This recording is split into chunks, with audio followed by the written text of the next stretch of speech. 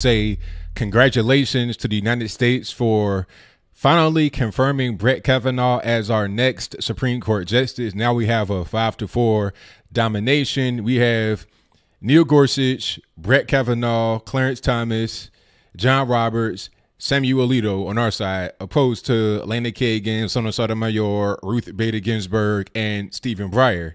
Once Ruth Bader Ginsburg and or Stephen Breyer pass away or retire, we'll be able to get 2 more conservatives in there, because that'll probably happen while Trump is in office. But for now, I digress.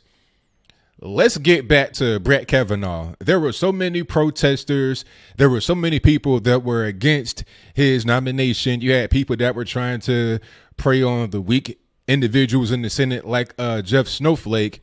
There was one particular moment that we need to speak about, but before we speak about that, let's bring up this clip from Vice News bureau chief, whatever she is, Shawna Thomas. She got on television and spoke about how some of these so-called protesters were in fact paid. Now, Vice News, as we all know, is a very leftist, liberal type of organization. So if she's getting on TV talking about they're paid, she's probably onto something. And I think most of us already know this anyway. But after we get done with the clip, I'll talk about what she said, and then I'll talk about these protests in a little bit more detail. So without further ado, let's go ahead and roll it. Vice News actually spent a lot of time with the protesters over this past week. We saw the president say these are professional protesters paid by George Soros, et cetera, et cetera. Who were these people? What was going on? A lot of them were normal people who were mad. We hung out with a group from Alaska who was very specifically talking to Lisa Murkowski. A lot of them were Native Americans, which also played into Lisa Murkowski's decision. They actually felt a lot of respect for her because she brought them into their office. She had a real conversation with them. And we also saw people who were organized. And that moment with Jeff Flake on the Hill, we talked to one woman who works for UltraViolet, who was paid. She helped steer people in the right ways to be able to confront senators. So there were paid. There were people who were paid by organizations like UltraViolet to try to harness that energy in a way that would make the viral moments that we ended up seeing. All right, so you saw that. You see what's going on. Now, that is pretty crystal clear. Didn't I tell y'all in the video before that the whole thing with Jeff Flake was a setup? Didn't I say it?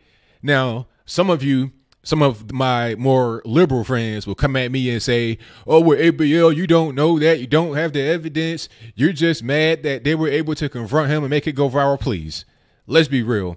All you got to do is look into the background briefly, and then you'll be able to see what's going on. I mean, the one person, Anna Maria Artilla, if that's her name, she had links in her Twitter bio to some of these radical organizations. Obviously, somebody's getting paid. These organizations aren't just there just for no reason. Either they're getting paid from individual donors, from one big donor, or from both. Somebody's got to fund these operations. All right. Now, it was kind of funny to see Shawna on there talking about, oh, they were organized.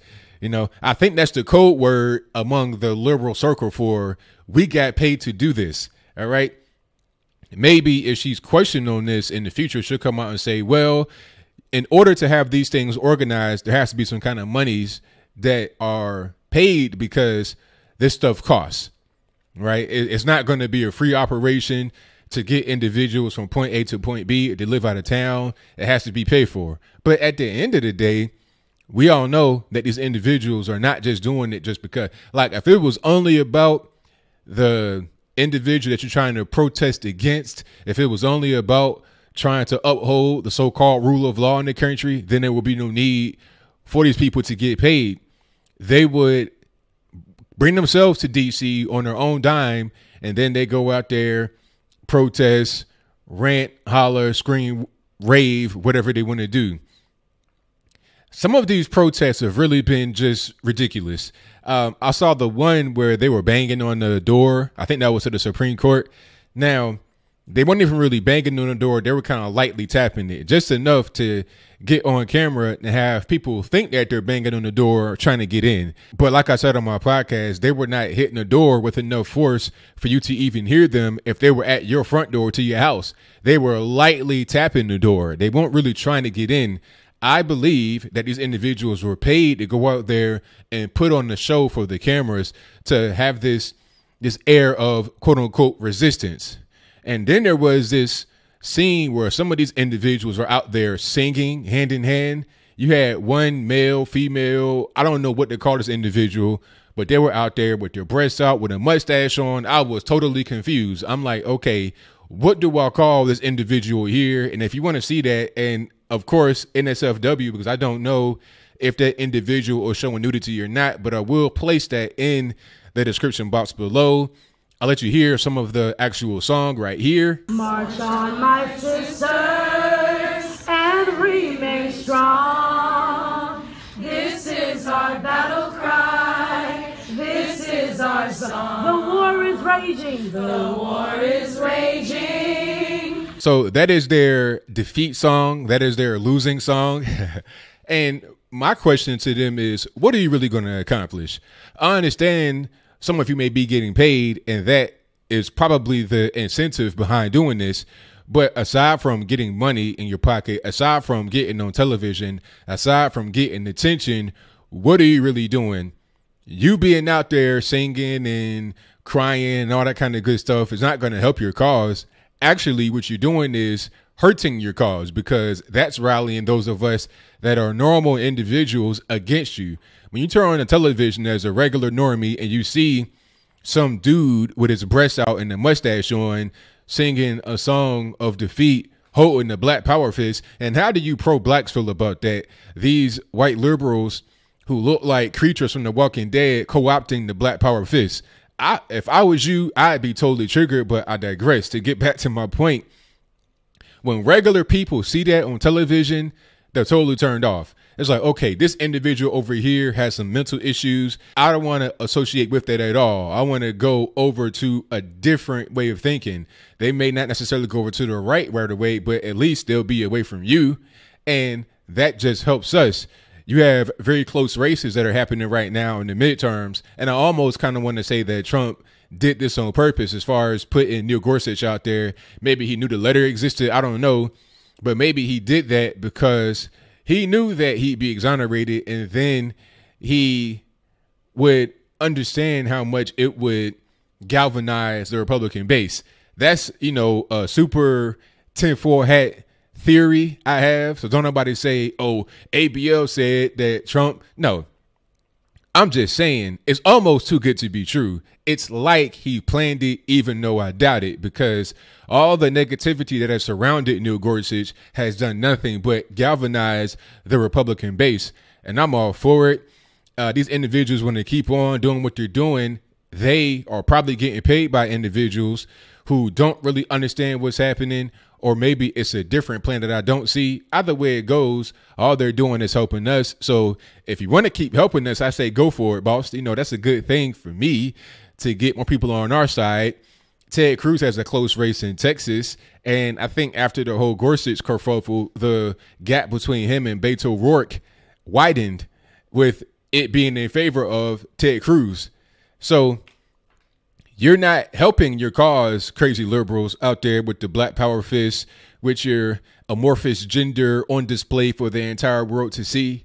You're not helping paid protesters. All you're doing is damaging your own cause. You're pushing your particular party further to the left. And as you go further to the left, people that you're trying to get on your side are left on an island of sorts, and nobody's there to rescue them, because as you're going away from them, we're going towards them by trying to get everybody up under the umbrella. You see a guy like myself with the MAGA hat on, you're going to see a lot more of that.